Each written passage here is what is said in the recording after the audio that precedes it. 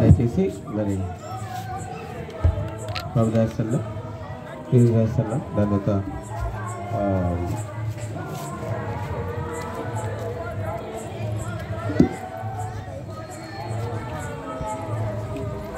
కాకాని సేవకులు కూడా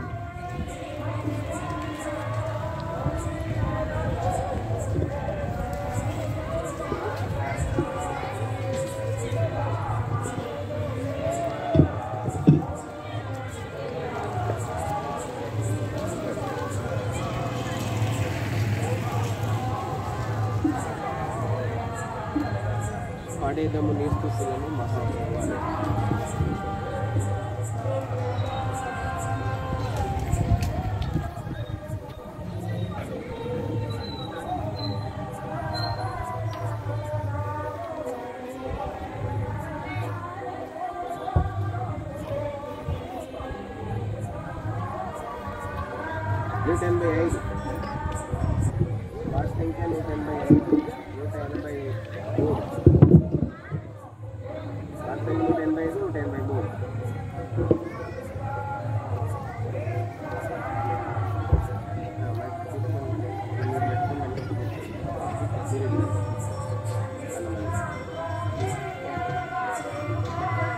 పాడేదము నీ స్తుతులను మహాప్రభువా, పాడేదము నీ స్తుతులను మహాప్రభువా. నిన్ను మేము పూజించెదము శ్రద్ధాభక్తితో, నిన్ను మేము పూజించెదము శ్రద్ధాభక్తితో. పాడేదము నీ స్తుతులను మహాప్రభువా, పాడేదము నీ స్తుతులను మహాప్రభువా.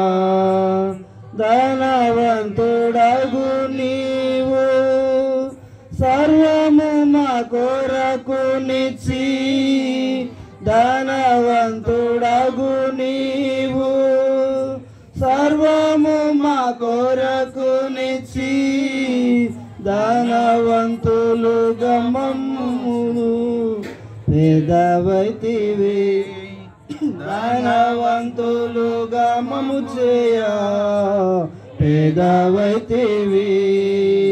పాడేదము నీ స్తుతులను మహాప్రభువా, పాడేదము నీ స్తుతులను మహాప్రభువా. దేవుని స్వరూపమయుండి ఎంచలేదు సమానుడని, దేవుని స్వరూపమయుండి ఎంచలేదు సమానుడని. రిక్తుడై నిందను భరించి దాసుడైతివి, రిక్తుడై నిందను భరించి దాసుడైతివి. పాడేదము నీ స్తుతులను మహాప్రభువా, పాడేదము నీ స్తుతులను మహాప్రభువా. పరీక్షించబడిన ప్రభు నిర్దోషిగా నైతివి నీలా, పరీక్షించబడిన ప్రభు నిర్దోషిగా నైతివి నీలా. నీతి న్యాయములు కలిగి జయించితివి, నీతి న్యాయములు కలిగి జయించితివి. పాడేదము నీ స్తుతులను మహాప్రభువా, పాడేదము నీ స్తుతులను మహాప్రభువా.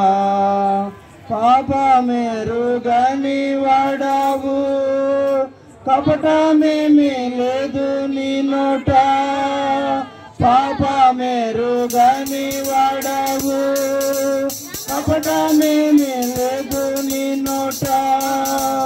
ఎవని పాను లేదు, పవిత్రుడవు. ఎవరిని దూషింపాను లేదు, పవిత్రుడవు. పాడేదాము నీ స్తుతులను మహాప్రభువా, పాడేదాము నీ స్తుతులను మహాప్రభువా. నీచుడుగా నీ వెంచబడి తృణీకరింపబడితివి, నీచుడుగా నీ వెంచబడి తృణీకరింపబడితివి.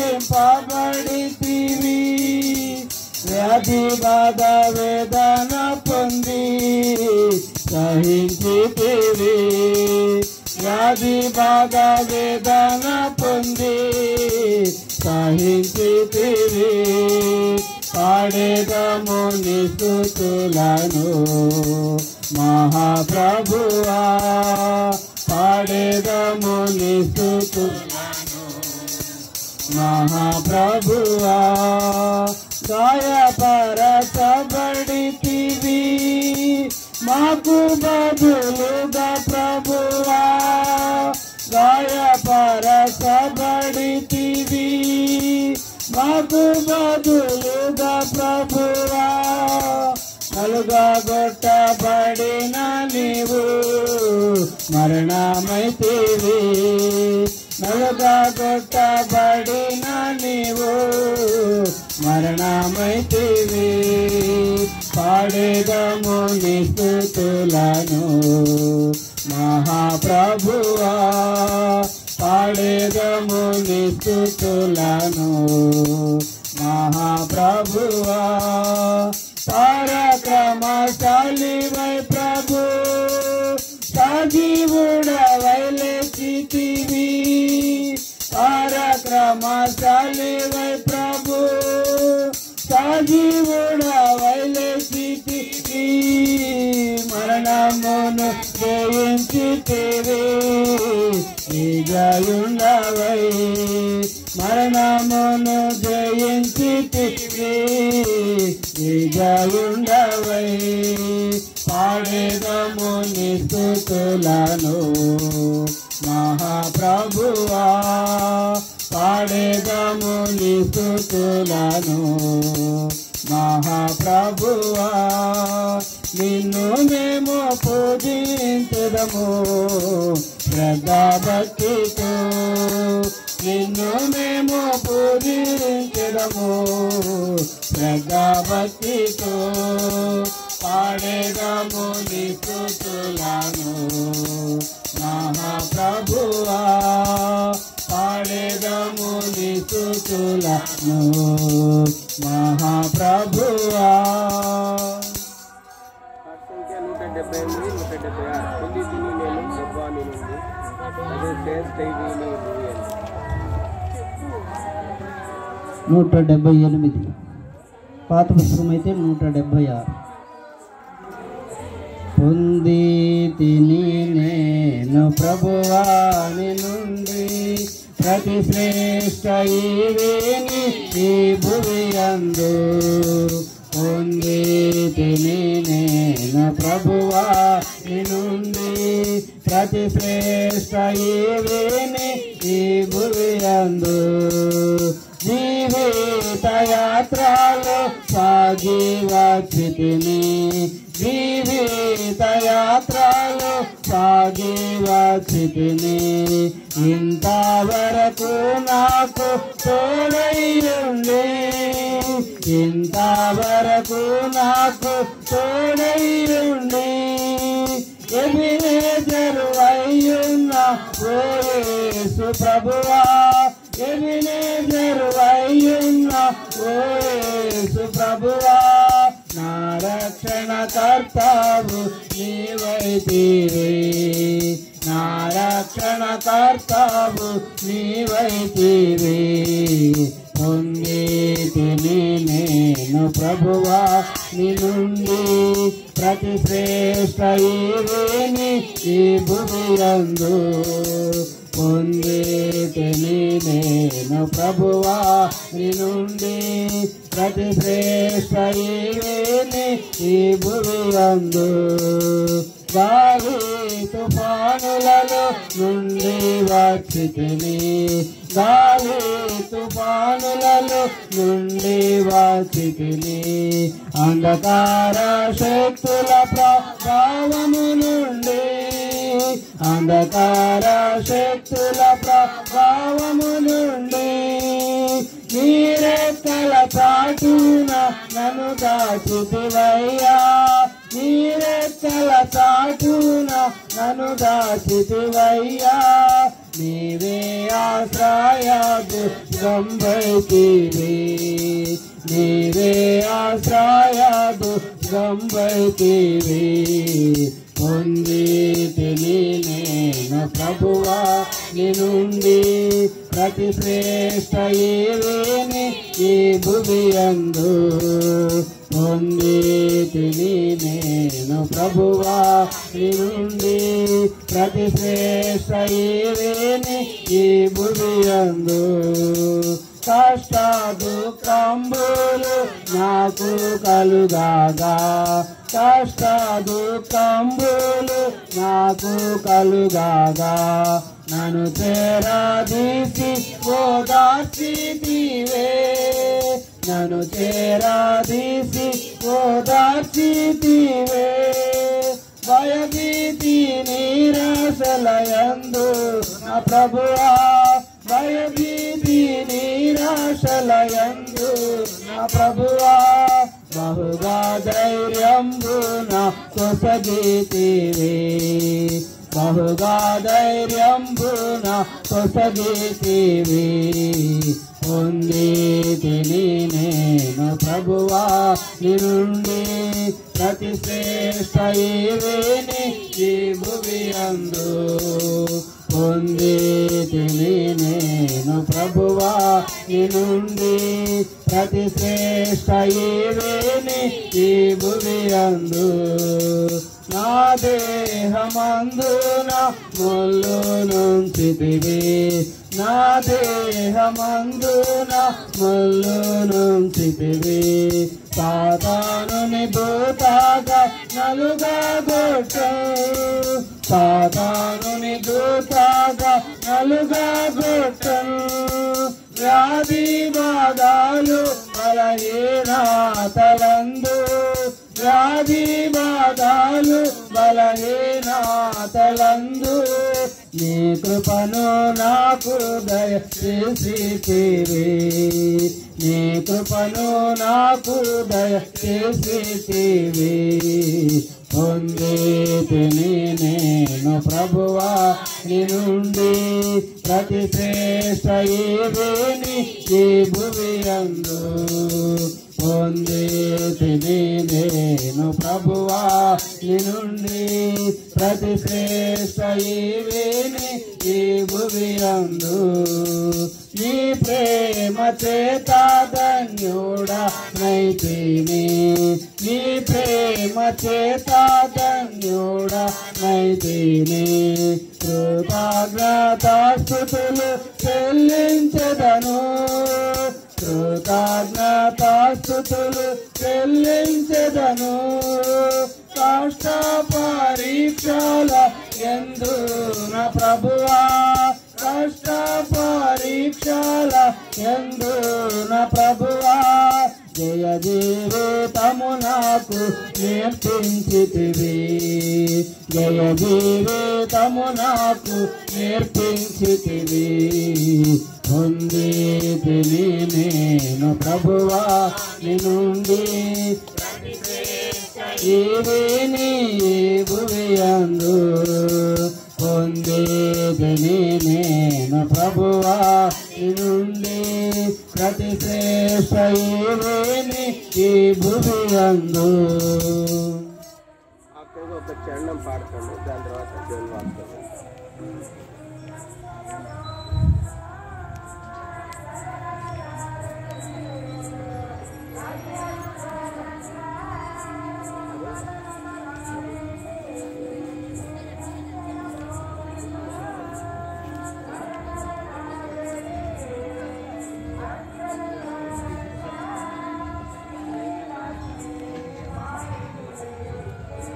సంఖ్య 237, 235. స్తోత్రించి కీర్తించును ఘనపరచు. మొదటి చరణము.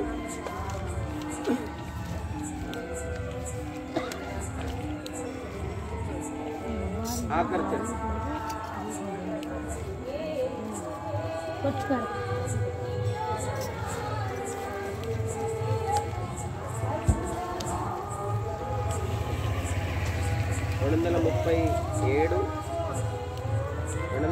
స్తోత్రించి కీర్తించును ఘనపరచును కొనియాడు.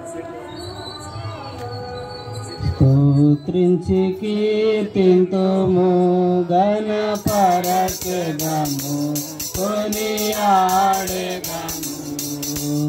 ఆదరించి కాపాడువాడు ఈడేచువాడు. ఆదరించి కాపాడువాడు ఈడేచువాడు. స్తోత్రించి కీర్తింతుము మనకింతవరకు సహాయపడని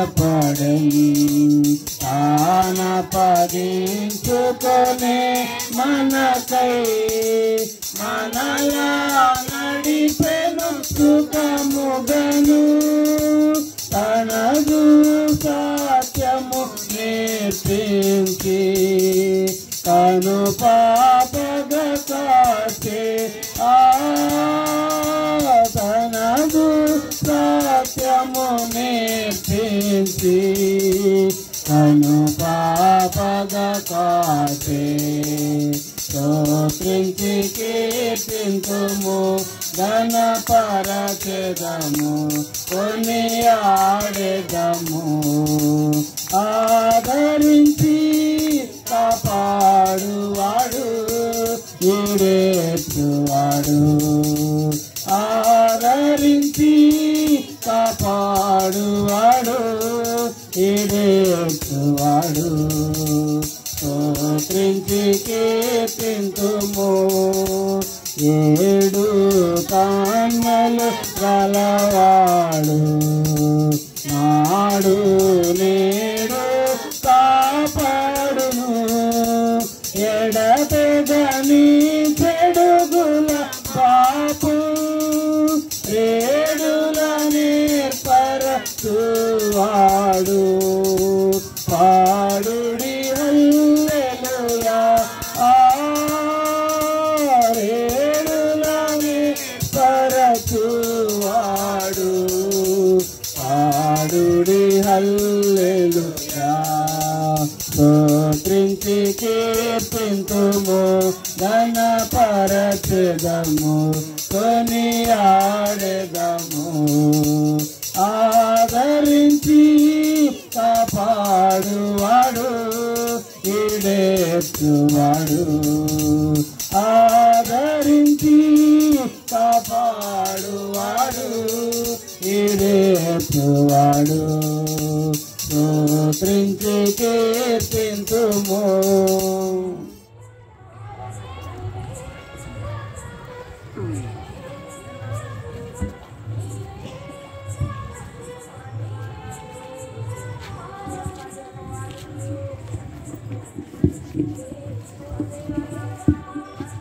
ఈ సాయంకాల సమయంలో మరి కృతజ్ఞత కూడికలో దేవుడు మహిమ పొందినట్లు ప్రభువు తన వాక్యం ద్వారా మనల్ని దర్శించినట్లు ప్రభు మనకు సాయం చేయగా.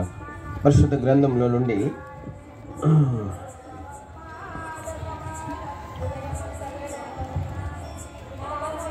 తిమోతి రాసిన మొదటి పత్రిక 4వ అధ్యాయం.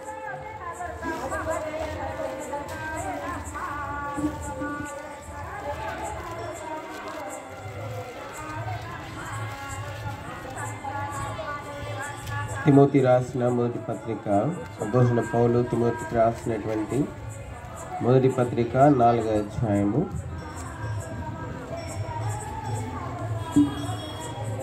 8వ వచనము అందరం కలిసి చదువుకుంటాం.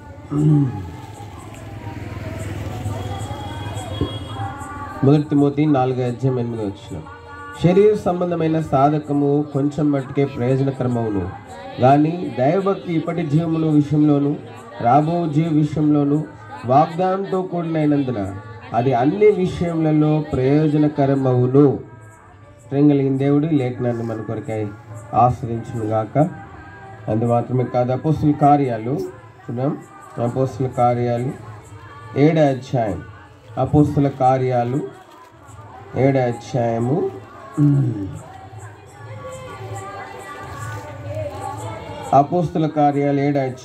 20, 21, 22 వచనాలు అందరం కూడా కలిసి చదువుతాం. అపోస్తుల కార్యాలు 7వ అధ్యాయము 20, 21, 22 వచనాలు అందరం కలిసి ఈ యొక్క భాగాన్ని మనం చదువుతాం. అపోస్తుల కార్యాలు 7, 20, 21, 22. ఆ కాలమందు మోషే పుట్టెను. అతడు దివ్య సుందరుడై తన తండ్రి ఇంట 3 నెలలు పెంచబడెను. తర్వాత అతడు బయట పారవేయబడినప్పుడు ఫరో కుమార్తె అతన్ని తీసుకుని తన కుమారుడుగా పెంచుతాడు. మోషే ఐగుప్తుల సకల విద్యను అభ్యసించి మాటలందును కార్యములందును ప్రావీణుడై ఉండెను. ప్రేమ కలిగిన దేవుడు ఈ భాగాన్ని మనందరి కొరకై మరి విశేషంగా ఈ యొక్క కృతజ్ఞత కూడిక కలిగి ఉండడానికి దేవుని చేత ప్రేరేపించబడిన సోదరుడు ఆనంద్, సోదరి సుభాష్ని, వారికి వారి కుటుంబానికి మరి విశేషంగా ఇక్కడ చేరొచ్చిన వారందరికీ వారి ఆహ్వానం అందుకొని ప్రయాణకరం గుండికై ప్రభు దీవించుగా ప్రార్థన చేస్తాం.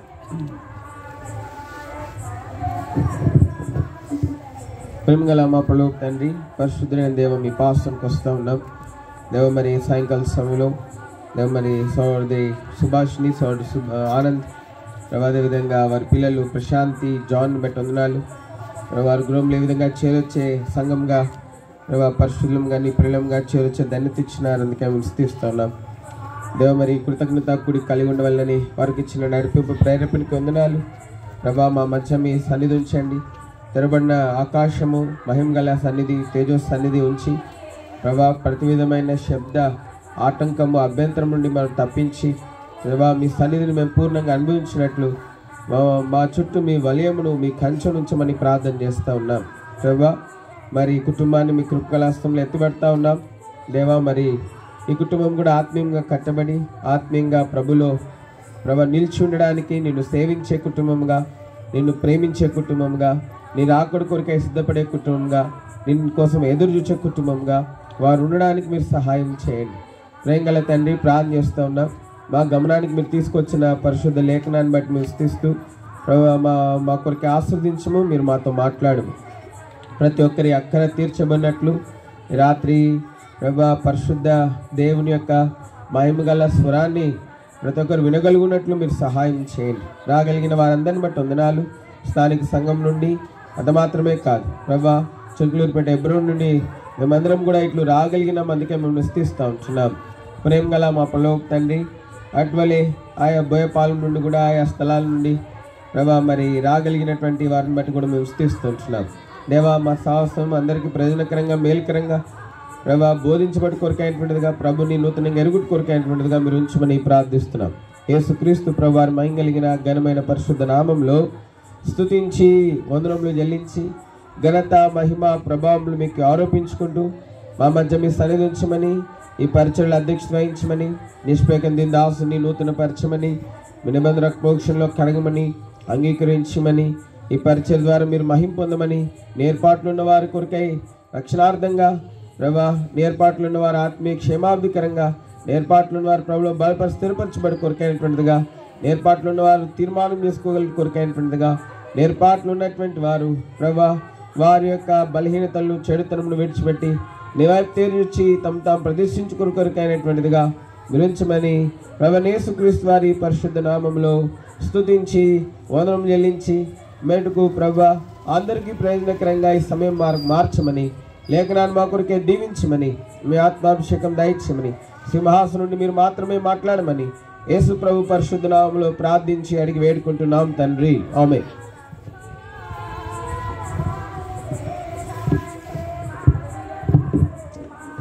సరే, రాత్రికాల సమయంలో మరి 1 తిమోతి 4వ అధ్యాయము 8వ వచనాన్ని మనం చదువుతాం.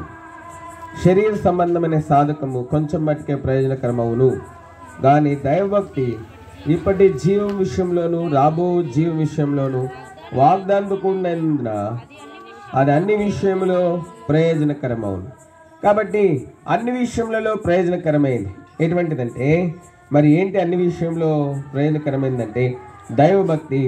అన్ని విషయములలో మరి ఇప్పటి జీవ విషయంలోనూ రాబో జీవ విషయంలోనూ ప్రయోజనకరమైంది దైవభక్తి. అయితే శరీర సంబంధమైనటువంటి సాధకము కొంత మటుకే ప్రయోజనకరం. ఈ శరీర సంబంధమైన మరి సాధకం అంటే ఏంటి? శరీర సంబంధమైన సాధకము మరి అపోస్తల కార్యాల్లో ఇంకా రావాలా, వచ్చి వాక్యం నడుస్తూ ఉంది, మీరు వచ్చి కూర్చోవాలా. లోపల అన్ని సర్దడాలు మీరు ఇంకా మీ సొంత పనులు చేసుకోవడం చేయకండి. ఇప్పటికీ ఆలస్యంగా ఆరంభించాము, మీరు వచ్చి కూర్చోండి, ఒక అరగంటలో ముగిస్తాము, దాని తర్వాత మీ పనులు మీరు చేసుకోవచ్చు. అందరు ఏ పని చేస్తున్నా ఆపేసి రండి, ఆపేసి వచ్చి వాక్యం వినండి. లోపల మాట్లాడుతుంటే ఇక్కడ వినబడుతూ ఉన్నాయి. కాబట్టి ఇక మనం చూస్తూ ఉన్నాం మరి దైవభక్తి అనేది ఇప్పటి జీవ విషయంలోనూ రాబో జీవ విషయంలోనూ మరి అది ఎంతో ప్రయోజనకరమైందని దేవుని వాక్యం బైబిల్ చెప్తా ఉంది. అది వాగ్దానంతో కూడినటువంటిది. అయితే శరీర సంబంధమైనటువంటి సాధకం కూడా ఉంది. శరీర సంబంధమైన సాధకము కొంచెం మటుకే ప్రయోజనకరం. అయితే చాలాసార్లు మేము ఏమనుకుంటాం అంటే శరీర సంబంధమైన సాధకం విషయంలోనే ఎక్కువ ప్రాధాన్యత ఇస్తాం. శరీర సంబంధమైనటువంటి సాధక విషయంలో ఎక్కువ ప్రాధాన్యత, ఎక్కువ ప్రాముఖ్యతనిస్తాం. ఇచ్చి మనం ఏం చేస్తామంటే దాని అందే ఎక్కువ ఆనందిస్తాము, దాని అందే ఎక్కువ ప్రాధాన్యత ఇస్తాం, దాని అందే ఆనందిస్తాము, దాని అందే మక్కువ కలిగి ఉంటాం. ఎందుకంటే మనకి మనుషుల యొక్క మక్కువ, లేకపోతే మనుషుల యొక్క మెప్పు, లేదా మనుషుల యొక్క పొగడ్తలు, లేదా మనుషుల యొక్క గుర్తింపు, లేదా మనుషుల యొక్క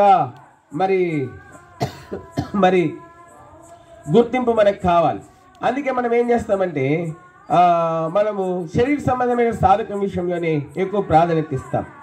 మోషే జీవితంలో అన్ని మరి శరీర సంబంధమైన సాధకము కలిగినటువంటి వాడు. అందుకే అపోస్తుల కార్యాలు 7వ అధ్యాయంలో మనం చూస్తే, ఇక్కడ అపోస్తుల కార్యాలు 7వ అధ్యాయం, అపోస్తుల కార్యాలు 7వ అధ్యాయంలో మోషే అనేటువంటి ఒక వ్యక్తి ఉన్నాడు. ఈయన పుట్టుకతోనే మరి దివ్య సుందరుడంట. ఈ మాట నేను చెప్పడం లేదు కానీ పరిశుద్ధ గ్రంథము, వాక్యము, బైబిల్ తెలియస్తాను. ఆయన పుట్టినప్పుడంట దివ్య సుందరుడుగా పుడతా వచ్చి ఉంటున్నాడు. ఆయన ఎంతో దివ్యమైన సుందరుడుగా పుట్టినాడు. చూడండి 20వ వచనం. అపోస్తలుల ఆ కాలమందు మోషే పుట్టెను, అతడు దివ్య సుందరుడై తన తండ్రి ఇంట 3 నెలలు పెంచబడెను. తర్వాత బయట పారవేయబడినప్పుడు ఫరో కుమార్తె అతనిని తీసుకుని తన కుమారునిగా పెంచుకొనెను. మోషే ఐగుప్తీయుల సకల విద్యలను అభ్యసించి మాటలు ఎందును కార్యములు ఎందును. కాబట్టి మనం చూస్తుంటున్నాం మోషే ఐగుప్తీయుల సకల విద్యలను అభ్యసించి మాటలు ఎందును కార్యములు ఎందును ప్రావీణ్యుడైండని. మోషే ఐగుప్తీలో ఉన్న విద్యలన్నిట్లో ప్రావీణ్యుడంట. మనకంటే మరి మోషే ఎన్నో రెట్లు, కొన్ని వందల రెట్లు చాలా గొప్పవాడు. మనకి ఏదైనా ఒక్క స్కిల్లే వస్తుంది మరి, కానీ మోషేకంట సకల విద్యలు వచ్చంట. ఐగుప్తులో ఉన్న విద్యలన్నిట్లో ఆయన ప్రావీణ్యుడు. మరి ఫరో యొక్క కుమార్తె యొక్క కుమారుడు కదా. ఐగుప్తు దేశంలో ఎన్ని విద్యలు ఉన్నాయో అన్నీ కూడా నేర్చుకున్నాడు మోషే. మన పిల్లల్ని అన్నీ చదవమంటే వాళ్ళకి ఒక సబ్జెక్టులో ఎక్కువ మార్కులు వస్తాయి, ఒక సబ్జెక్టులో తక్కువ మార్కులు వస్తాయి. ఒకడికేమో ఒక్కొక్కసారి కొంతమంది ఉంటారు పిల్లలు, వాడు ఒక్క తెలుగు ఒకటే పాస్ అవుతాడు. 10th క్లాస్లో కొంతమంది పిల్లలు ఉంటారు, వాడు ఒక్క తెలుగు ఒకటే పాస్ అవుతాడు, మిగతా అన్నీ ఫెయిల్ అవుతాడు. ఎందుకంటే వాళ్ళకి రాదులు, వాడికి చదువు రాదు. కొంతమంది అమ్మాయిలు ఉంటారు, వాళ్ళు ఒక్క సబ్జెక్ట్లోనే పాస్ అవుతారు, మిగతా అన్నిట్లో ఫెయిల్ అవుతారు. ఎందుకంటే వారికి సకల విద్యలు రావు. ఉన్నాయి 6 సబ్జెక్టులే ఉంటాయి 10వ తరగతిలో. కొంతమంది ఇంటర్మీడియట్లో కొన్ని సబ్జెక్టులే పాస్ అవుతారు. అన్నిట్లో సమానమైనటువంటి ప్రావీణ్యత సంపాదించలేరు. ఒక తెలుగులో 99 మార్కులు వస్తాయి, ఇంగ్లీష్లో 40 మార్కులు వస్తాయి. కొంతమందికి ఇంగ్లీష్లో 78-90 మార్కులు వస్తాయి, 78-90 మార్కులు వస్తాయి, 70-90 మార్కులు వస్తాయి. మరి తెలుగులో తక్కువ మార్కులు. కొంతమంది లాంగ్వేజెస్లో మంచి మార్కులు వస్తాయి. కొంతమందికి థీరీలో మరి తెలుగులో లాంగ్వేజ్లో మంచి మార్కులు వస్తాయి. కొంతమందికి మరి ప్రాక్టికల్ సబ్జెక్ట్స్లో మరి మరి మరి మ్యాథ్స్ కానీ, సైన్స్ కానీ, లేకపోతే మ్యాథమెటిక్స్లో కానీ, లేకపోతే సోషల్లో కానీ తక్కువ మార్కులు వస్తాయి. కొంతమందికి సైన్స్లో ఎక్కువ వస్తే మ్యాథ్స్లో తగ్గుతాయి, కొంతమంది మ్యాథ్స్లో ఎక్కువ వస్తే కొంత సైన్స్లో తగ్గుతాయి. కొంతమంది ఉంటారు ఏంటంటే అన్నిట్లో అబోవ్ 90 అబోవ్ 95 తెచ్చుకునే వాళ్ళు కొంతమంది ఉంటారు. అయితే మోషే తన కాలంలో ఐగుప్తులో ఉన్న విద్యలన్నింటిలో కూడా ఏంటంట సకల విద్యల్లో ప్రావీణ్యుడంట. అంటే he was above 90% student in all the skills of Egypt. ఐగుప్తులో ఉన్నటువంటి సకల విద్యల్లో మోషే ఎటువంటి వాడంటే మరి ఆయన ప్రావీణ్యుడని చెప్పబడతాడు. అంటే మోషేకి ఈ దీంట్లో తక్కువ వచ్చినాయి, దీంట్లో ఎక్కువ వచ్చినాయి అన్నది లేదు. అన్నిట్లో he was equally learned man. He equally gained wisdom in all the wisdom of skills of Egypt. కాబట్టి ఐగుప్తులోని విద్యలన్నింటిలో ప్రతి సబ్జెక్ట్లో he was a top student. కాబట్టి మరి మనం చూస్తూ ఉన్నాం he was a top student. మోషే అనేటువంటి వ్యక్తి ఎంతో టాప్ స్టూడెంట్గా ఉంటా ఉన్నాడు. అయితే మనం చూస్తూ ఉన్నాము మరి అదేవిధంగా మనం చూస్తే ఈ మోషే అనేటువంటి వ్యక్తి మరి ఇంత టాప్ స్టూడెంట్గా ఉన్నాడు. కానీ ఒకరోజు మరి ఏమైందంటే he was very wise man. అది మాత్రమే కదా అక్కడ చెప్పబడింది, ఆ మాటలు ఎందుకు కూడా ఎంతో నేర్పరి ఉన్నాడంట. చూద్దాం 22వ వచనం. మోషే ఐగుప్తుల సకల విద్యలను అభ్యసించి మాటలు ఎందును కార్యములు ఎందును ఎట్లున్నాడంట. మాటల్లో కూడా ఆయన మాట్లాడితే ఆయన ఎంతో జ్ఞానంగా మాట్లాడుతూ ఉన్నారు. కొంతమంది మాట్లాడితే యుక్తిగా మాట్లాడతారు, కానీ మోషే మాట్లాడితే జ్ఞానం కనబడతా ఉంది. ఏం జ్ఞానం కనబడతా ఉంది? మోసయుక్తమైన జ్ఞానం కనబడటంలే, యుక్తి కనబడటంలే. మోషే మాట్లాడితే అందరికీ మేలుకరమైనటువంటి విధానంలో మాట్లాడుతూ ఉన్నాడు. అట్లా అందరికీ చేతగా మాట్లాడడం. కొంతమంది స్వప్రయోజనంతో మాట్లాడతారు, కొంతమంది యుక్తిగా మాట్లాడతారు, కొంతమంది కీడు చేసేటట్లుగా మాట్లాడతారు, కొంతమంది మోసగించేటట్లుగా మాట్లాడతారు. కాబట్టి ఆదికాండము ఏదైనా తోటలో మనం చూస్తే ఆదికాండంలో ఏదైనా తోటలో సర్పము యుక్తి గలదంట. ఎటువంటిదంట? సర్పము యుక్తి కలిగింది. ఆ యుక్తి గల మాటలతో ఏం చేసింది? అవ్వని మోసం చేసింది. అవ్వని మోసం చేసి వారు దేవుడిచ్చిన స్థానాన్ని పోగొట్టుకోవడానికి కారణమైంది. కాబట్టి చాలా మంది మాటలు రకరకాలుగా ఉంటాయి, కానీ మోషే మాటలు యుక్తిగలవి కావు. మోషే మాటలు జ్ఞానంతో నిండుకున్నవి. ఎటువంటి జ్ఞానం అంటే అందరికీ మేలు చేసే జ్ఞానము, అందరికీ దీవెనకరమైన జ్ఞానము, అందరికీ ప్రయోజనకరమైన జ్ఞానంతో నిండినటువంటి మాటలు మోషే నోట్లో నుండి వస్తూ ఉన్నాయి. అందుకే దేవుడు మోషే యొక్క విద్యను గురించి, మోషే యొక్క జ్ఞానాన్ని గురించి కూడా రాయడానికి ఇష్టపడతా వచ్చి ఉంటున్నాడు. అందుకే అక్కడ రాయబడింది ఏంటంటే ఆయన ఐగుప్తు యొక్క సకల విద్యలను అభ్యసించి మాటల యందును కార్యముల యందును ప్రావీణ్యుడై ఉండేది. కాబట్టి మనం చూస్తూ ఉన్నాం ఈ మోషే సకల విద్యల్లో ప్రావీణ్యుడు అవ్వడానికి గల కారణం ఏంటి అంటే ఆయన తనకివ్వబడినటువంటి సమయాన్ని చక్కగా సద్వినియోగపరుచుకున్నాడు. ఏం చేస్తున్నాడు? సద్వినియోగపరుచుకున్నాడు. ఈ ఐఏఎస్లు ఐపీఎస్లు అవ్వాలంటే రోజుకి చాలాసేపు చదవాలి. అంటే 12 గంటలు 14 గంటలు చదవాలి. డాక్టర్ అవ్వాలంటే కూడా చాలా కష్టపడాలి. మోషే సకల విద్యల్లో ప్రావీణ్యత సంపాదించాడంటే ఆయన ఎంత ప్రయాసపడ్డాడో, ఎంత సమయం వెచ్చించాడో. మనం కూడా అంతే. దేవుని ఇంటికి వస్తాము, ఒక అరగంట గడుపుతాం, గంట గడుపుతాము, దేవదూతలు అయిపోవాలనుకుంటాం. మనం కూడా దేవుని మందిరానికి వస్తాం, గంట గడుపుతాం, గంటన్నర గడుపుతాము, కెరూబులం అయిపోవాలనుకుంటాం. మనం కూడా దేవుని మందిరానికి వస్తాం, గంటన్నర 2 గంటలు గడుపుతాము. నాకు కూడా దేవుడు తన సింహాసనం పక్కన కుర్చీ ఇస్తే బాగుండని అనుకుంటాం. కాబట్టి మన జీవితాలు ఇట్లా ఉన్నాయి. అయితే మోషే అట్లా కాదు. ఆయన he learned A sacrificial life. ఆయన బాల్యం నుండి కూడా ఎంతో క్రయం చెల్లించడం నేర్చుకున్నాడు. ప్రయోజనకరమైన దాని కొరకై క్రయం చెల్లించడం నేర్చుకున్నాడు. ఈ దినాల్లో ప్రయోజనకరమైన దాని కొరకు క్రయం చెల్లించడం చాలా మందికి తెలియడం లే. దేవుని బిడ్డలైనటువంటి వారికి అసలుకే తెలియడం లే. ప్రయోజనకరమైన దాని కొరకు క్రయం చెల్లించడం వాళ్ళకి చేత కాదు. దేవుని కొరకు, దేవుని ఇంటి కొరకు, దేవుని కార్యాల కొరకు, దేవుని మహిమ కొరకు, దేవుని బహుమానం కొరకు, దేవుని ద్వారా కలిగే మెప్పు కొరకు, దేవుని ద్వారా కలిగే కిరీటం కొరకు, దేవుని ద్వారా కలిగే అధికారం కొరకు, దేవుని రాజ్య ప్రవేశం కొరకు క్రయం చెల్లించడము ఈ దినాల్లో దేవుని ప్రజలైనటువంటి వారికి చేత కావడం లే. కానీ మోషే ఆయన ఎంతో మరి విలువ కలిగిన దాని కొరకు, మరి ప్రయోజనకరమైన దాని కొరకు క్రయం చెల్లించడము మోషే నేర్చుకున్నాడు. Right from the childhood. అదేవిధంగా మనం కూడా మన పిల్లల్ని పెంచాలి. ఏది విలువైందో ఏది విలువ కానిదో వాళ్ళకి బాల్యం నుండే మనం నేర్పించాలి. అంతేగాని వాడు పెద్ద అయిన తర్వాత తెలుసుకుంటాడులే, వాడు అమ్మాయి పెద్ద అయిన తర్వాత తెలుసుకుంటుందిలే, మనం చెప్పాల్సిన అవసరం లేదు, చదువుకుంటున్నారు కదా అని మనం అట్లా అనుకోకూడదు. మనం నేర్పించాలా. చెప్పాల్సిన బాధ్యత మన మీద ఉంది. చెప్పాల్సిన మరి బోధించే వాళ్ళు లేకపోతే వినేవాళ్ళు ఎట్లా నేర్చుకుంటారు? కాబట్టి మరి మనం చూస్తా ఉన్నాం, బోధించాల్సినటువంటి భారము బాధ్యత మన మీద ఉంది. ఏది ప్రయోజనకరమైందో ఏది ప్రయోజనకరమైంది కాదు, వాళ్ళు వినకపోయినా మనం బోధించాల్సి, చెప్పాల్సి, గద్దించి హెచ్చరించాల్సిన బాధ్యత మన మీద ఉంది. వాళ్ళు వింటే మేలు పొందుతారు మోషేలాగా, వారు వినకపోతే నష్టపోతారు. దాన్ని మనం ఏం చేయలేం, ఎవరిని మనం మార్చలేం. అయితే చెప్పాల్సిన బాధ్యత మనకుంది కాబట్టి మనం ఖచ్చితంగా చెప్పి తీరాలి. ఈ శరీరంలో ఉన్నంత వరకు దేవుడు మన ఉంచిన స్థాయిని బట్టి, దేవుడు మనకిచ్చిన పిలుపుని బట్టి మనం హెచ్చరించాల్సిన హెచ్చరిక, చేయాల్సినటువంటి బోధ మనం ఖచ్చితంగా చేసి తీరాలి. అదేవిధంగా మోషే తన జీవితంలో మరి ప్రయోజనకరమైన దాని కొరకే క్రయం చెల్లించడం నేర్చుకున్నాడు. కాబట్టి మోషే ఎంతో దీవెనకరమైనటువంటి వాడు. అయితే మనం ఈ మోషే జీవితంలో మనం చూస్తూ ఉన్నాము, మరి అన్ని విద్యలు అభ్యసించినాడు.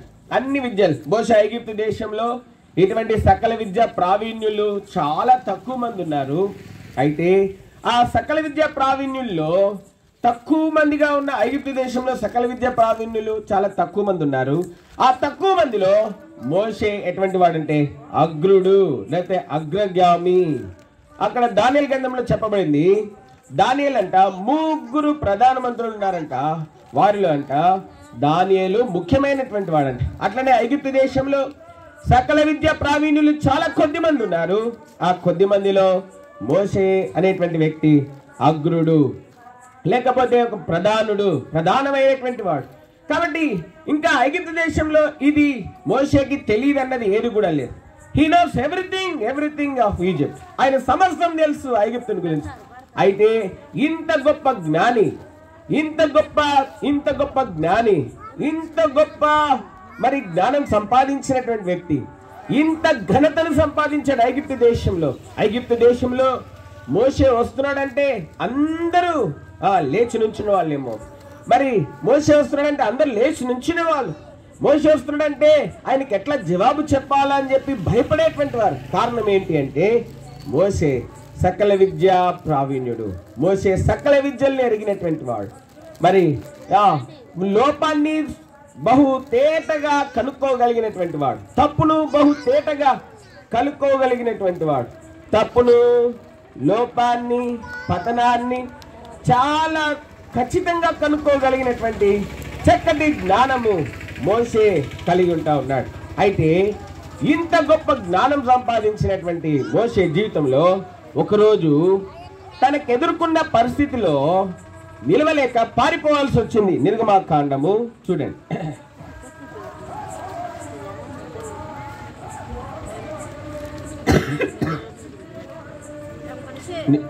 చదండి.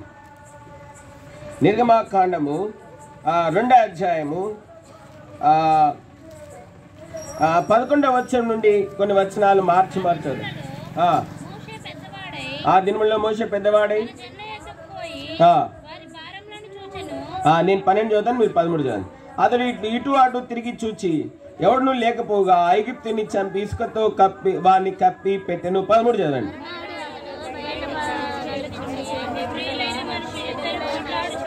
అప్పుడు అతడు అన్యాయం చేసిన వాడిని చూచి నీవేళ నీ పొరుగు వాడిని కొట్టుచున్నావని అడగ్గా అతడు, మా మీద నిన్ను అధికారిని గాను తీర్పరిని గాను నియమించిన వాడెవడు?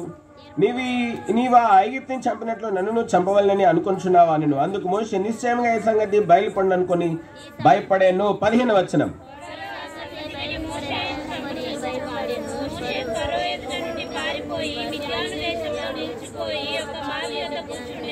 కాబట్టి మనం చూస్తూ ఉన్నాము మోషే జీవితంలో అంత జ్ఞానం సంపాదించినప్పటికీ కూడా, అంత జ్ఞానం, ఎంత జ్ఞానం అంటే ఎంతో జ్ఞానం సంపాదించినాడు. ఐగుప్తు దేశంలో అంత జ్ఞానం సంపాదించిన వాళ్ళు ఎవరు లేరు.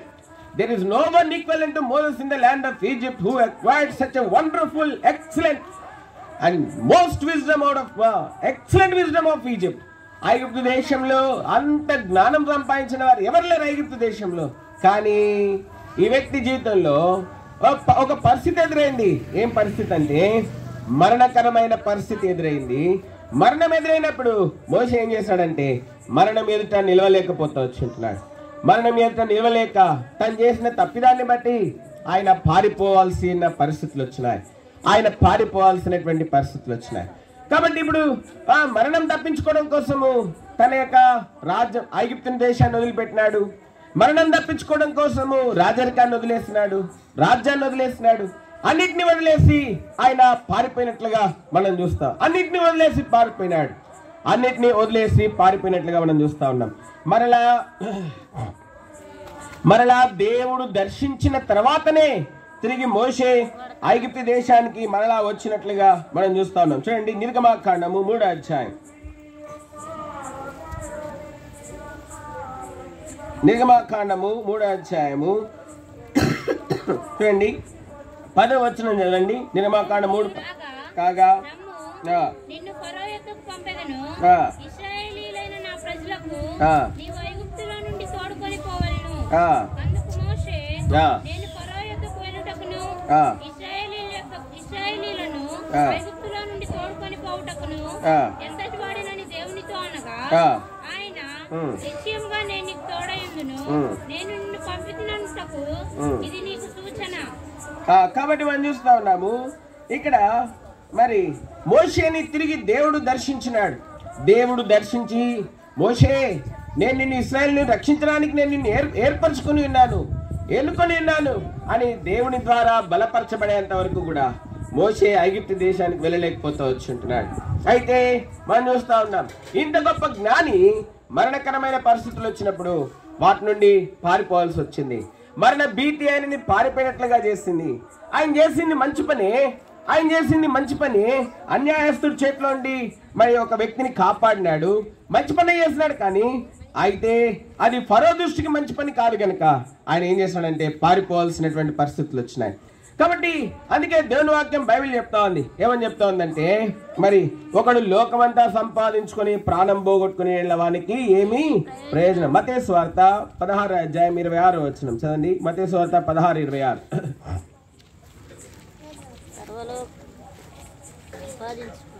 మత్తయి సువార్త 16. ఒక మనుష్యుడు లోకమంతా సంపాదించుకుని తన ప్రాణం పోగొట్టుకుంటే అతనికి ఏమి ప్రయోజనము? ఒక మనుష్యుడు తన ప్రాణమునకు ప్రతిగా. కాబట్టి ఒక మనుష్యుడు లోకమంతా సంపాదించుకొని ప్రాణం పోగొట్టుకుంటే ఏం ప్రయోజనం?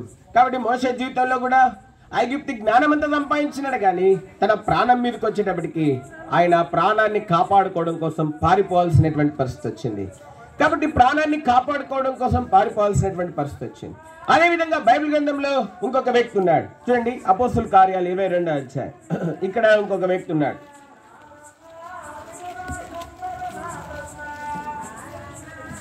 అపోస్తుల కార్యాలు 22వ అధ్యాయము చూడండి, మొదటి 3 వచనాలు చదండి. సోదరులారా, తండ్రులారా,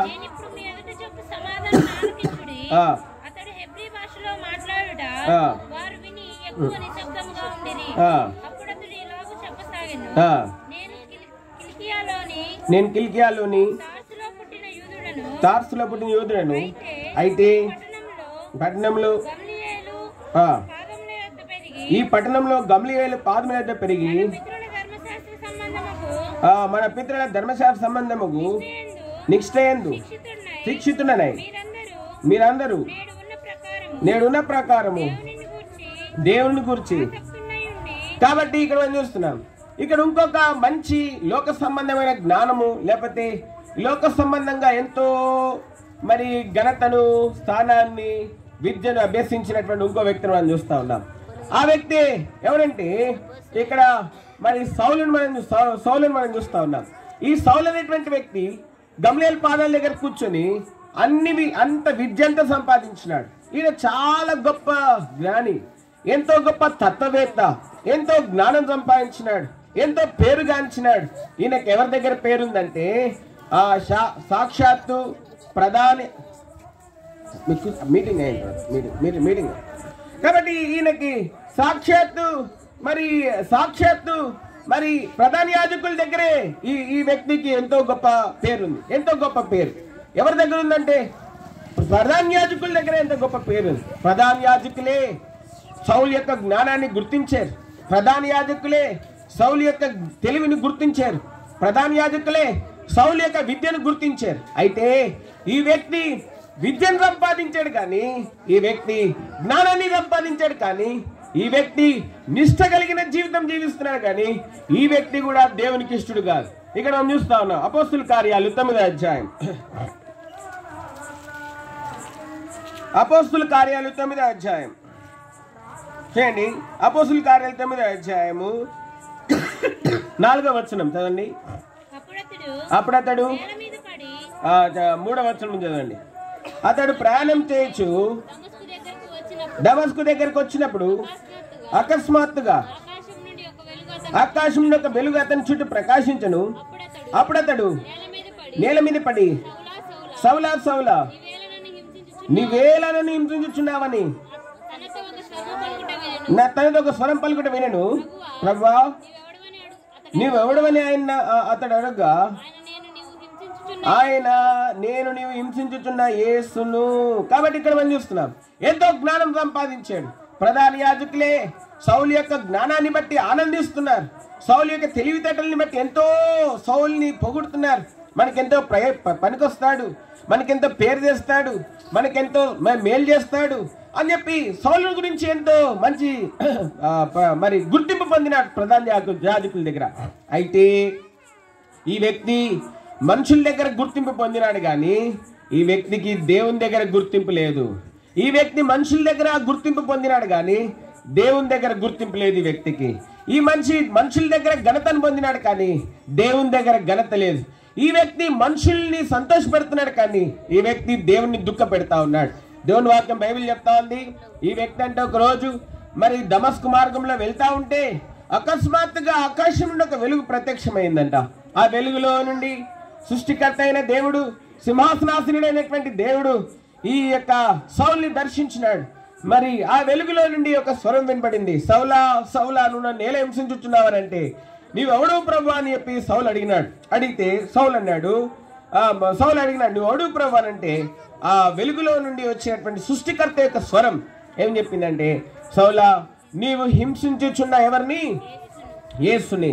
కాబట్టి మనం చూస్తా ఉన్నాం వీరు మోషే అనే వ్యక్తి, దాని తర్వాత సౌలు అనేటువంటి వ్యక్తి, ఇద్దరు కూడా మరి మనం చూస్తే మొదటి తిమోతి 4వ అధ్యాయం 8వ వచనం ప్రకారము ఈ జీవన సంబంధమైన విషయంలో శరీర సంబంధమైన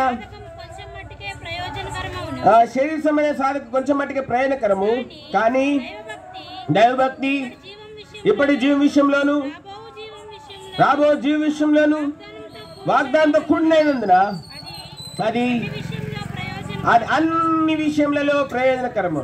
కాబట్టి ఇక్కడ మనం చూస్తా ఉన్నాం. మరి ఏంటి విషయం అంటే ఇక్కడ మనం చూస్తే ఈ వ్యక్తి మరి ఈ యొక్క సౌలు అనేటువంటి వ్యక్తి, ఈ మోషే అనేటువంటి వ్యక్తి ఈ శరీర సంబంధమైనటువంటి సాధకం విషయంలో ఎంతో ప్రఖ్యాతిగాంచినారు, ఎంతో ఘనత సంపాదించినారు. అయితే వీరికి మాత్రం దేవుని దగ్గర ఖ్యాతి లేదు, దేవుని దగ్గర గుర్తింపు లేదు. కాబట్టి చాలాసార్లు మనం ఏమనుకుంటామంటే భూ సంబంధమైన ఘనతలు శాశ్వతం అనుకుంటాం, భూ సంబంధమైనటువంటి మెప్పులు శాశ్వతం అనుకుంటాం, భూ సంబంధమైనటువంటి ఘనతలు శాశ్వతం అనుకుంటాం, భూ సంబంధమైనటువంటి ఆస్తులు శాశ్వతం అనుకుంటాం. ఇవేవి శాశ్వతం కాదు. ఇంకొక వ్యక్తి నాడు చూద్దాం. లూకాసు వార్త 16వ అధ్యాయం 19వ వచనం. ధనవంతుడు ఒకడు ఉండెను, అతడు ఊదారంగు బట్టలను సన్నపు నార వస్త్రములను ధరించుకొని ప్రతిదినము బహుగా సుఖపడుచుండువాడు. లాజరును ఒక దరిద్రుడెను, వాడు కుడుపులతో నిండినవాడై ధనవంతుని ఇంటి వాకిట పడి ఉండి కడు రొట్టె ముక్కలతో ఆకలి తీర్చుకొనగోరెను. ఇంకా కుక్కల్ని కూడా నేనే వెళ్ళగొట్టాలి. ఇక వాక్యం చెప్తా, కుక్కల్ని వెళ్ళగొట్టుకుంటా, పిల్లిని వెళ్ళగొట్టుకుంటా, మనుషుల్ని కంట్రోల్ చేసుకుంటా వాక్యం చెప్పాలా?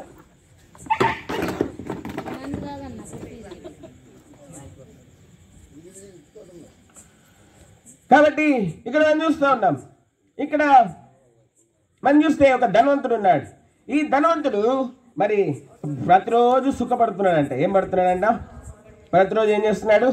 ప్రతిరోజు సుఖపడుతున్నాడు. ప్రతిరోజు సుఖపడుతున్నాడంటే వీడు డబ్బులు సంపాదించడానికి ఎంత కష్టపడ్డాడు, ఎన్ని గంటలు కష్టపడ్డాడు. ఈ మధ్య ఇన్ఫోసిస్ కంపెనీ చెందినటువంటి నారాయణ మూర్తి ఆయన ఒక మాట చెప్పినాడు. ఏం చెప్పినాడంటే దినానికి 16 గంటలు కష్టపడాలి, 20 గంటలు కష్టపడాలని చెప్పినాడు. ఎన్ని గంటలు కష్టపడాలంట? ఎన్ని గంటలు? మరి ఇంకా 4 గంటల్లో తిండి తినాలి, పడుకోవాలి. ఎంత చూడండి, ఎంత దారుణము. దానికి తోడు ఇంకొక ఆయన ఇంకో మాట చెప్పినాడు. వారానికి మరి వర్కింగ్ అవర్స్ ఇంకెక్కువ పెంచాలి, 90 అవర్స్ ఎంతో చెప్పినాడు ఆయన. కాబట్టి మనం చూస్తూ ఉన్నాం ఈయన కూడా అట్లనే ఏం చేస్తున్నాడంటే మరి ఎంతో కష్టపడుతున్నాడు. దేనికోసం అంటే డబ్బు సంపాదించాలా. డబ్బు ఎంత సంపాదిస్తే ఈ లోకంలో ఎవరి దగ్గర ఎంత డబ్బు ఉంటే వాళ్ళకి అంత గౌరవము, అంత గుర్తింపు. ఈ వ్యక్తి కూడా అదే ఆలోచన చేస్తాడు. ఏంటి అంటే మరి నేను ఎంత డబ్బు సంపాదించాలంటే అంత డబ్బు సంపాదించాలని చెప్పి ఎక్కువ కష్టపడతా ఉన్నాడు. ఎక్కువ కష్టపడి ఏం చేస్తున్నాడంటే ఆయన అనుకున్నట్లుగానే డబ్బు సంపాదించినాడు. ఏంటంటే ప్రతిరోజు మనము పండగలకి కొత్త బట్టలు వేసుకుంటాం, పుట్టినరోజు కొత్త బట్టలు వేసుకుంటాం. కానీ ధనవంతుడు అట్లా కాదు. ఏంటంట, ధనవంతుడు ఒకడు ఉండెను, అతడు ఊదా రంగు బట్టలు సన్నపనార వస్త్రములు ధరించుకొని ప్రతిరోజు ఏం చేస్తున్నాడంట? ఈ వ్యక్తి ప్రతిరోజు కొత్త బట్టలు వేసుకుంటున్నాడు. ఏ రోజు? మీరు ఎవరైనా ప్రతిరోజు కొత్త బట్టలు వేసుకున్న వాళ్ళు ఎవరైనా ఉంటే చేయొద్దండి. ప్రతిరోజు చినిగిపోయిన బనీని అయితే వేసుకుంటాం మనం కదా. ప్రతిరోజు చినిగిపోయిన బనీను అదైతే వేసుకుంటాం. కానీ ఈ వ్యక్తి ప్రతిరోజు కొత్త బట్టలు వేసుకుంటున్నాడంట. ఏంటి? ప్రతిరోజు. చాలా మంది రేపు పెళ్ళనంగారు ఈ రోజు కూడా చినిగిపోయిన బనీను ఉంటుంది ఒంటి మీద. ఒరే పెళ్లి కొడుకు నువ్వే అందరూ ఇట్లున్నావు, రేపు పెళ్లి పెట్టుకొని చినిగిపోయిన బన్నీ వేసుకొని తిరుగుతున్నావు, నీకు బుద్ధి లేదురా, ఇంటికి పో అన్నాడు. ఉండు మా పని ఉంది అని చెప్పాడు. కాబట్టి అయితే ఈ వ్యక్తి అట్లాంటి వాడు కాదు. ఈ వ్యక్తి ఏంటంటే ప్రతిరోజు కొత్త బట్టలు వేసుకుంటాం. మనమైతే పెళ్లికి, పుట్టినరోజుకి, పండక్కి కొత్త బట్టలు వేసుకుంటాం. ఇంకెప్పుడైనా మరి ఎప్పుడైనా ఇంకెప్పుడైనా. కానీ ఈ వ్యక్తి ఎట్లా కాదు. 365 రోజులు 365 రోజుల్లో ఈయన 365 రోజులు కొత్త బట్టలు, సన్నపనార బట్టలు వేసుకొని ప్రతిరోజు సుఖపడతా ఉన్నాడు. అయితే ఈ వ్యక్తి సుఖపడ్డాడు. కానీ ఇక్కడ మనం చూస్తా ఉన్నాం ఈ వ్యక్తి అంతం కూడా సరిగ్గా లేదు. చూడండి మరి లూకాసు వార్త 16వ అధ్యాయం. ఈయన ఏం చేశాడంట? చనిపోయినాడంట. ఈయన చనిపోయిన తర్వాత ఏం చేశాడంట? చదవండి 23వ వచనం. అప్పుడు అతడు పాతాళంలో బాధపడుచు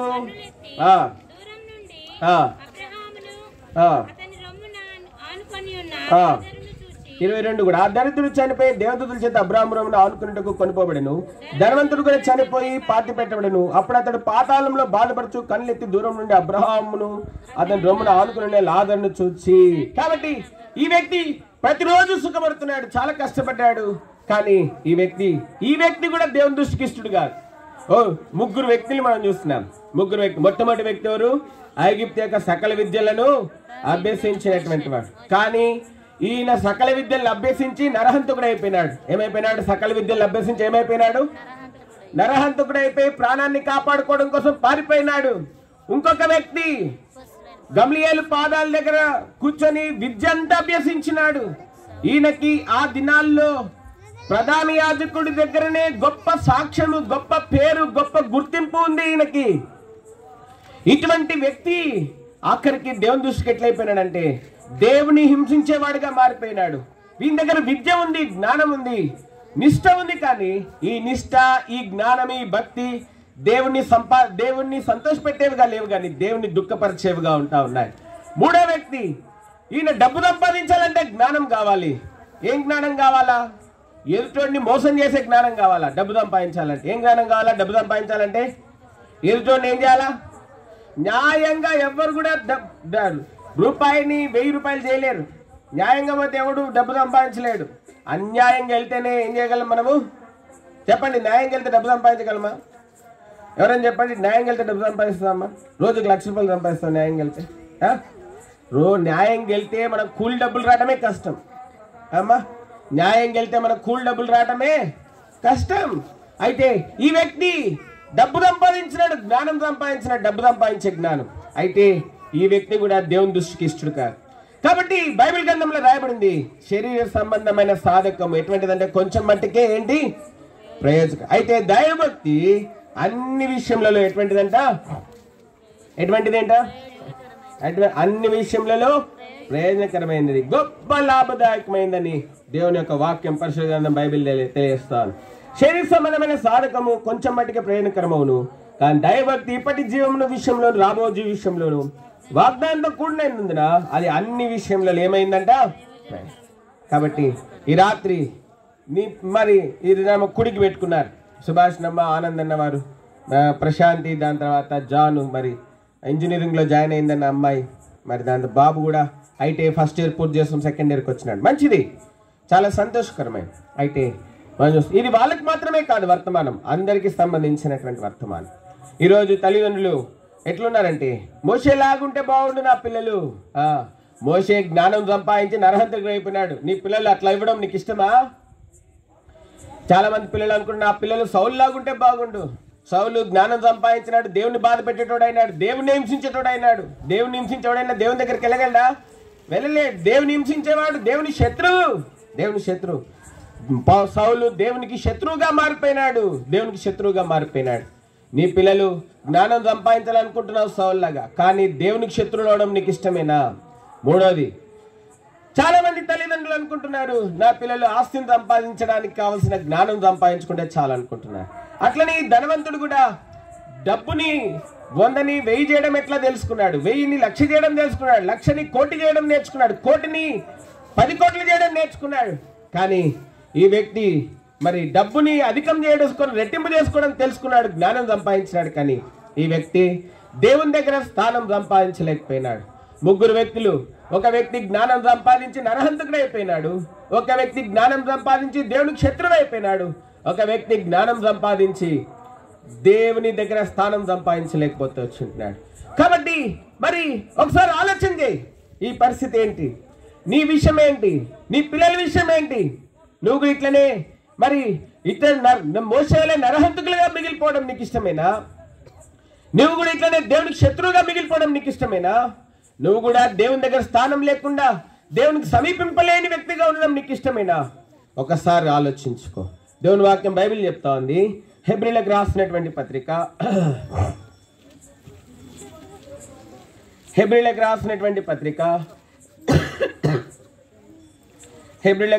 అధ్యాయం, హెబ్రీలకు రాసినటువంటి పత్రిక 10వ అధ్యాయము, హెబ్రీలకు రాసినటువంటి పత్రిక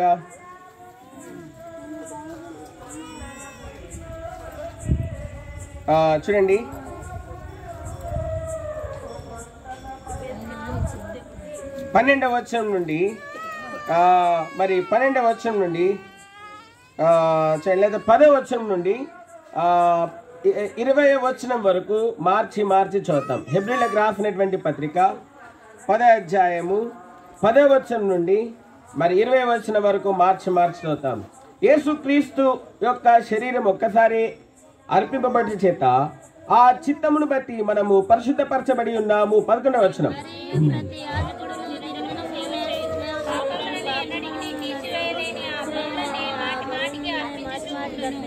ఈయన అయితే పాపముల నిమిత్తమై సదాకాలం నుంచి ఒక బలిని అర్పించి అప్పటి నుండి తన శత్రువులు తన పాదములకు పాదపీఠంగా చేయబడి వరకు కనిపెట్టుచు దేవుని కృపాశం ఆసీనుడు ఆయను. 14,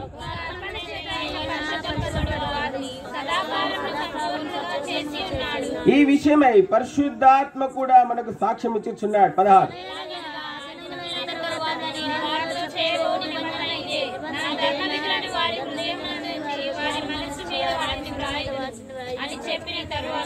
వారి పాపములను వారి అక్రమములను ఇకను ఎన్నటికీ జ్ఞాపకం చేసుకునను అని ప్రభు చెప్పుచున్నాడు.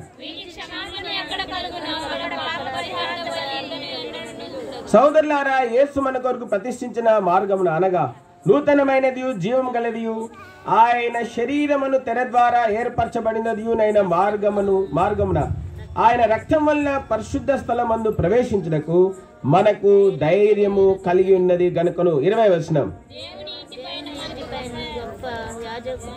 కాబట్టి ఇక్కడ మనం చూస్తుంటున్నాం, ఇక్కడ యేసుక్రీస్తు ప్రభువారు ఉన్నారు.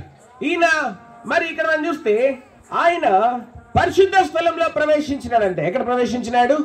పరిశుద్ధ స్థలం. ఆ పరిశుద్ధ స్థలానికే ఈ భూలోకంలో ఉన్న వాళ్ళు ఒక్కొక్కరు ఒక్కొక్క పేరు పెట్టుకున్నారు. ఒకళ్ళు పరలోకం అంటారు, ఒకళ్ళు వైకుంఠం అంటారు, ఒకళ్ళు మోక్షం అంటారు. అట్లా ఒక్కొక్కరు ఒక్కొక్క పేరు పెట్టుకొని పిలుస్తున్నారు ఆ పరిశుద్ధ స్థలాన్ని. అయితే పరిశుద్ధ స్థలంకి బైబిల్ ఇస్తున్నటువంటి పేరు ఏంటంటే పరలోకం. మరి ఈ లోకంలో చాలా మంది చెప్పుకునే పేరు ఏంటంటే పరలోకానికి వైకుంఠం అని, మోక్షం అని, ఇంకా రకరకాల పేర్లు చెప్పుకుంటున్నారు. అయితే యేసుక్రీస్తు ప్రభువారు పరిశుద్ధ స్థలంలో ప్రవేశించినాడంట. కారణం ఏంటంటే ఆయన పాపం లేనివాడు. ఎటువంటి వాడంటే ఆయన పాపము లేనివాడు, పరిశుద్ధుడు. ఆయనలో పాపం లేదు, ఆయన జన్మలో పాపం లేదు, ఆయన మరి జన్మించినప్పుడు పాపం లేదు. అంత మాత్రమే కాదు, 33 సంవత్సరంలో జీవించినప్పుడు యోహాను సువార్త 8వ అధ్యాయంలో అని చెప్పినాడు, నాలో పాపం ఉన్నదని మీలో ఎవడు స్థాపించును. కాబట్టి ఈ లోకంలో దైవభక్తి కలిగి జీవించడం చాలా ప్రాముఖ్యం. దైవభక్తి ఎప్పుడు వస్తుంది? పాప క్షమాపణ ద్వారా మనము ఆ దైవభక్తిని మనం కలిగి ఉండగలం, దైవత్వాన్ని మనం కలిగి ఉండగలం. పాప క్షమాపణ లేకుండా దైవత్వాన్ని మనం కలిగి ఉండడం అసంభవం. దైవభక్తిని మనం కలిగి ఉండడం అసంభవం. కాబట్టి ప్రభువైన యేసుక్రీస్తు వారు ఆ పరిశుద్ధ స్థలంలో ప్రవేశించినాడు, పాపరహితుడుగా జీవించినాడు. మరి దేవుని వాక్యం బైబిల్ చెప్తా ఉంది, ఆ ప్రభువైన యేసుక్రీస్తు వారే దేవునికిని నరుడికిని మధ్యవర్తి అని దేవుని వాక్యం పరిశుద్ధ గ్రంథం బైబిల్ తెలియజేస్తాను. తిమోతి రాసినటువంటి 2వ పత్రిక 2వ అధ్యాయం 5వ వచనం చదండి. మరియు గట్టి అయిన వాడు పోరాడినప్పుడు నియమ ప్రకారము క్షమించండి, 2:5 మొదటి తిమోతి 2:5 మొదటి తిమోతి 2. దేవుడు ఒక్కడే, దేవునికి నరులకును మధ్యవర్తి ఒక్కడే, ఆయన క్రీస్తు యేసును నరుడు. ప్రభువైన యేసుక్రీస్తు వారు ఈ లోకంలోనికి 2025 సంవత్సరాల క్రితం ఈ లోకంలోనికి వచ్చినాడు. ఆయన కన్యక గర్భంలో జన్మించినాడు. ఆయన జన్మంలో పాపం లేదు. ఆయన దేవునికి నరులకును మధ్యవర్తిగా ఉండడం కోసం ఈ భూలోకంలోనికి వచ్చి ఉంటున్నాడు. నీ జ్ఞానము, నీ డబ్బు, లేక నీ తెలివితేటలు, నీ పలుకుబడి మరి ఏవి నిన్ను పరలోక రాజ్యానికి చేర్చలేవు. మోషే సకల విద్యలు అభ్యసించినాడు, కానీ మరి ఆయన నరహంతకుడు అయిపోయినాడు. ఒకరోజు తన ప్రాణం కాపాడుకోవడానికి పారిపోవాల్సి వచ్చింది. మరి సౌలు జ్ఞానం సంపాదించినాడు, పలుకుబడి సంపాదించినాడు యాజకుల దగ్గర. కానీ ఒకరోజు దేవుడు ప్రత్యక్షమై చెప్పినాడు, సృష్టికర్త అయిన దేవుడు, సర్వాధికారి అయిన దేవుడు ప్రత్యక్షమై సౌలా నేలేం సించుచున్నావు అని చెప్పి ప్రశ్నిస్తూ వచ్చింటున్నాడు. ఈ వ్యక్తి పలుకుబడిని ఘనతల్ని సంపాదించినాడు, కానీ దేవుని హింసించేవాడుగా మారిపోయినాడు. ఇంకా వ్యక్తి డబ్బు సంపాదించే జ్ఞానం సంపాదించినాడు, డబ్బును రెట్టింపు చేసుకునే జ్ఞానం సంపాదించినాడు, కానీ ఈ వ్యక్తి దేవుని దగ్గర స్థానం సంపాదించుకోలేకపోతూ వచ్చినాడు. ఈ రాత్రి కాల సమయంలో అయితే నీ డబ్బు, నీ జ్ఞానము, నీ పలుకుబడి ఏది నిన్ను పరలోక రాజ్యంలోనికి తీసుకువెళ్ళలేవు. నువ్వు అనుకుంటున్నావు నీ పిల్లలు బాగా చదువుకోవాలనుకుంటున్నావు, నువ్వు బాగా ఉన్నతమైన స్థితిలో ఉండాలనుకుంటున్నావు, అవన్నీ కలిగి ఉండడం తప్పు కాదు. నేను చెప్పడం, మంచి చదువు కలిగి ఉండడం తప్పు కాదు, పలుకుబడి కలిగి ఉండడం తప్పు కాదు, లేకపోతే మరి డబ్బును మరి సంపాదించిన డబ్బును దాచిపెట్టుకుని దాన్ని జాగ్రత్తగా వాడుకోవడం తప్పని నేను చెప్పడం లేదు. అయితే ఒక వ్యక్తి లోకమంతా సంపాదించుకొని ప్రాణం పోగొట్టుకుంటే ఏం ప్రయోజనం? ఈ ముగ్గురు వ్యక్తులు కూడా మరి తప్పిపోయినటువంటి వారిగా ఉన్నారు. అయితే ప్రభువైన యేసుక్రీస్తు వారు ఈ లోకంలోనికి ఇటీవలే తప్పిపోయిన దానిని వెతికి రక్షించడానికి, నశించిన దానిని వెతికి రక్షించడానికి మరి ప్రభువైన యేసుక్రీస్తు వారు ఈ లోకంలోనికి వచ్చి ఉంటున్నారు. దేవుని వాక్యం బైబిల్ చెప్తా ఉంది, నశించిన దాన్ని వెతికి రక్షించుటకు మనిషి కుమారుడు లోకంలోనికి వచ్చెను, నశించినటువంటి దానిని వెతికి రక్షించడానికి వచ్చి ఉంటున్నాడు. కాబట్టి నశించినటువంటి జీవితాలు చాలా మందికి చాలా జ్ఞానం ఉంది, కానీ శాంతి లేదు, సమాధానం లేదు, నెమ్మది లేదు, కుటుంబంలో నెమ్మది లేదు, వ్యక్తిగత జీవితంలో నెమ్మది లేదు, వ్యక్తిగత జీవితంలో నెమ్మది లేదు, కుటుంబంలో నెమ్మది లేదు, అంత కష్టాలే, అంత బాధలే. వాళ్ళు అనుకుంటున్నారు నాకు ఇంత బయట అందరూ నాకు జ్ఞానం ఉంది అంటున్నారే, నా పరిస్థితులేమో ఇంకా దిగజారిపోతున్నాయి, పతనమైపోతున్నాయి, కుటుంబాన్ని విడిచిపెట్టాల్సిన పరిస్థితి వచ్చింది, ఇంటిని వదిలిపెట్టాల్సిన పరిస్థితి వచ్చింది. చాలా మంది అనుకుంటున్నారు నాకు చాలా జ్ఞానం ఉంది అనుకుని జీవిస్తున్నారు, కానీ అటువంటి జ్ఞానులు చాలా మంది ఈ లోకంలో ఏం చేస్తున్నారంటే కుటుంబాలను వదిలిపెట్టి వెళ్ళిపోయిన వాళ్ళు చాలా మంది ఉన్నారు. దాని తర్వాత మరి భార్యను వదిలిపెట్టి వెళ్ళిపోయిన వాళ్ళు చాలా మంది ఉన్నారు. భర్తను వదిలిపెట్టి వెళ్ళిపోయిన వాళ్ళు చాలా మంది ఉన్నారు. ఇంటిని వదిలిపెట్టి వెళ్ళిపోయిన వారు చాలా మంది ఉన్నారు. మోషే లాగానే చాలా మంది జ్ఞానం సంపాదించినారు, కానీ వారు సంతోషంగా బతకలేకపోతా ఉన్నారు. మరి పలుకుబడి సంపాదించినారు, కానీ వారు దేవుని సంతోషపెట్టలేకపోతా ఉన్నారు. అది వారు డబ్బును సంపాదిస్తున్నారు, కానీ వారు దేవుని దగ్గర స్థానం సంపాదించుకోలేకపోతున్నారు. భార్య హృదయంలో, భర్త హృదయంలో, పిల్లల హృదయాల్లో స్థానం సంపాదించుకోలేకపోతున్నారు. ఈ రాత్రికాల సమయంలో నీ పాపములన్నిటినీ క్షమించి దేవుడు నీకు శాంతిని, సమాధానం ఇవ్వడానికి ప్రభువైన యేసుక్రీస్తు వారి భూలోకంలోనికి వచ్చినారు. దేవునికి నరునికి మధ్యవర్తి ఒకడే, ఆయన యేసుక్రీస్తు అను నరుడు. దేవుని వాక్యం బైబిల్ గ్రంథం ఈ విధంగా తెలియజేస్తా ఉంది. యెషయా గ్రంథము 9:6 ఆయన సమాధానకర్త అంట. చదండి, యెషయా గ్రంథం 9:6.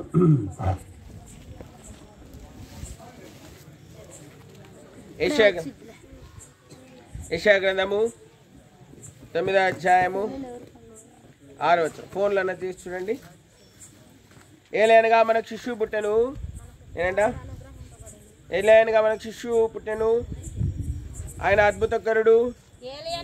ఏలైనగా మనకు శిశువు పుట్టెను, మనకు కుమారుడు అనుగ్రహింపబడెను, ఆయన భుజంలో రాజభారం ఉండెను, ఆశ్చర్యకరుడు, ఆలోచనకర్త, బలవంతుడైన దేవుడు, నిత్యుడగు తండ్రి, సమాధానకర్త అధిపతి అని అతనికి పేరు.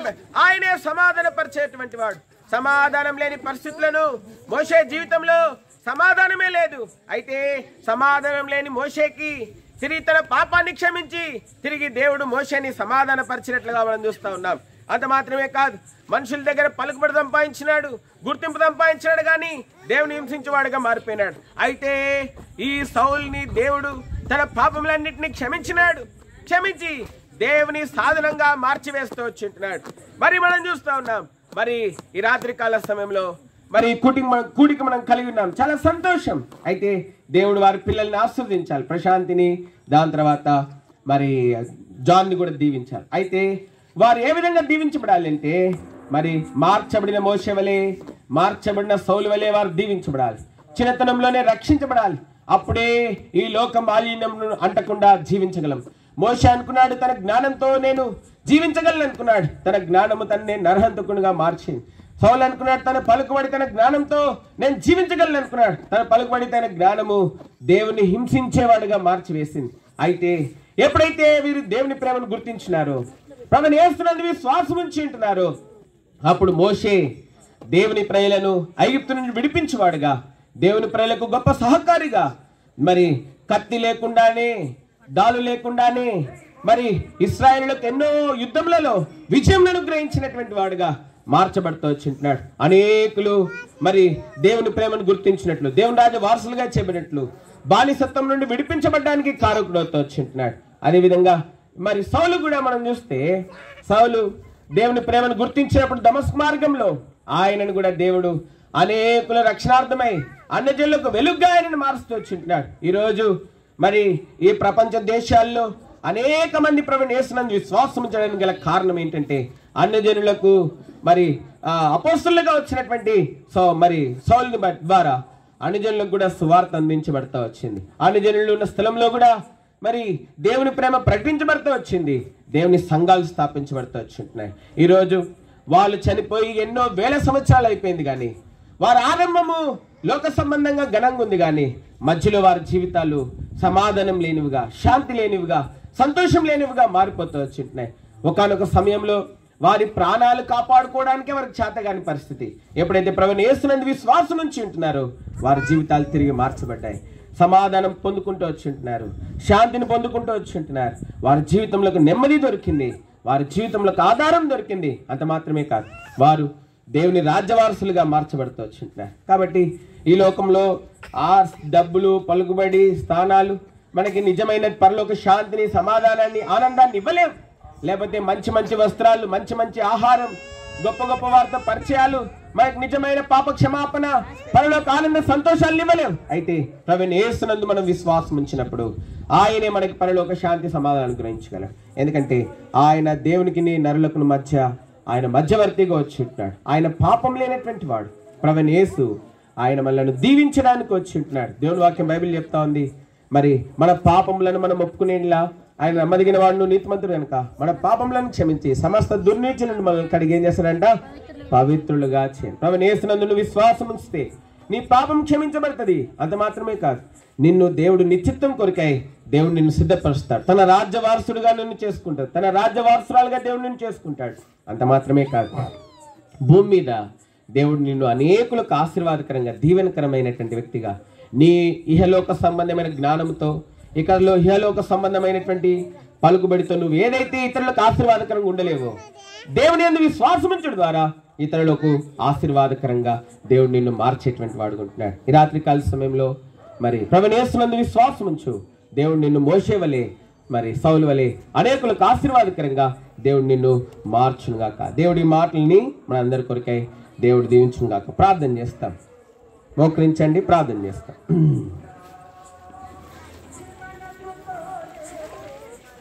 మోకరించండి, ప్రార్థన చేస్తాం.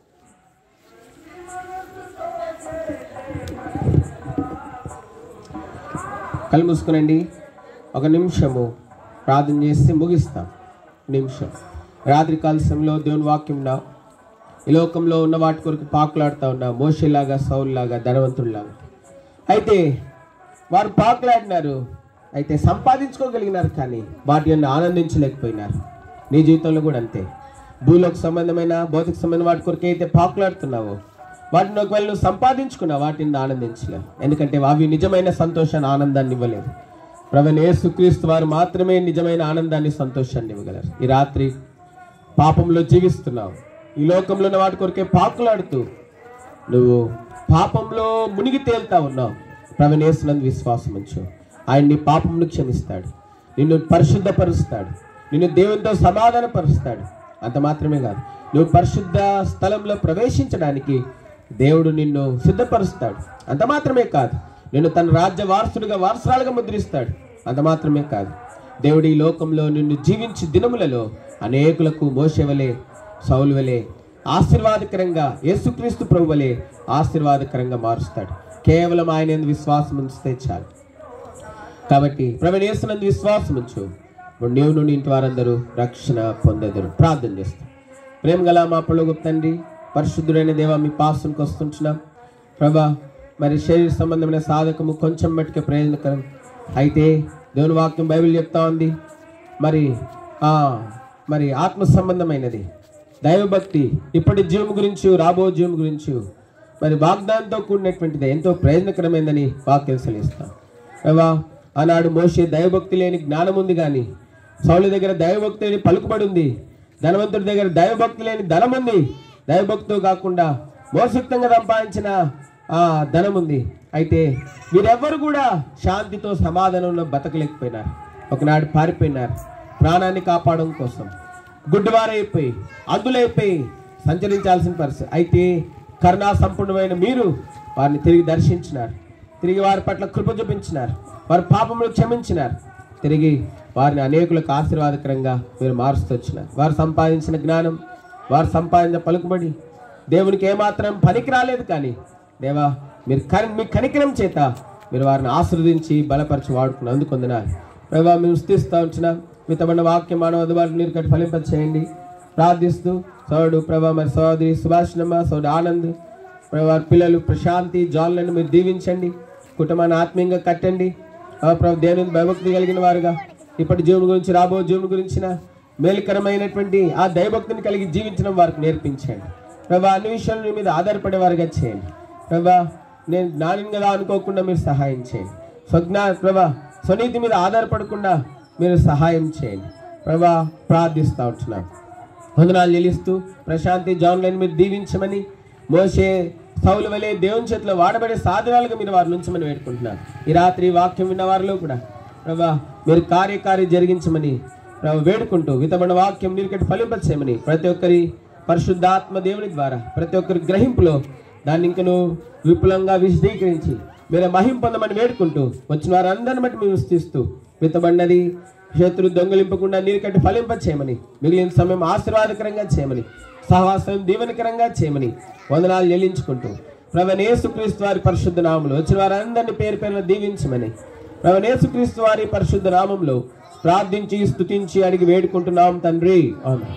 మన తండ్రి అయిన దేవుని ప్రేమ, పరిశుద్ధాత్మగల సహవాసం, రక్షణార్థమైన యేసుక్రీస్తు ప్రభు వారికి కృప, ఇక్కడ చేరిన వారందరికీ, సర్వలోకంలో చేరిన పరిశుద్ధులందరికీ, మోషే వలె మార్చబడి, సౌలు వలె మార్చబడి, అనుజనులకు వెలుగుగాను, మరి దేవుని ప్రేలకు రక్షణార్థంగాను, విమోచించేవారుగాను నిమిత్తమై ఆ రక్షణార్థమైన యేసుక్రీస్తు ప్రభు వారికి కృప, మోషేను మరి సౌలుకు తోడైనట్లు మనకుని తోడయండి.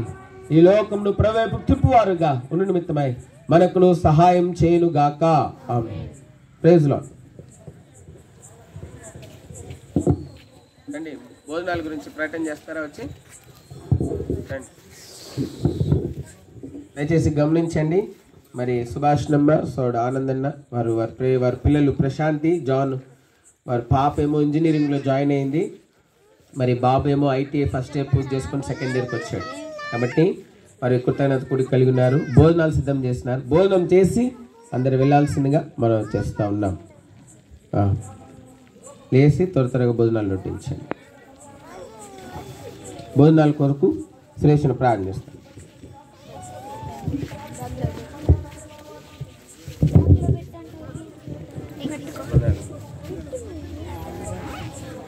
అవునా?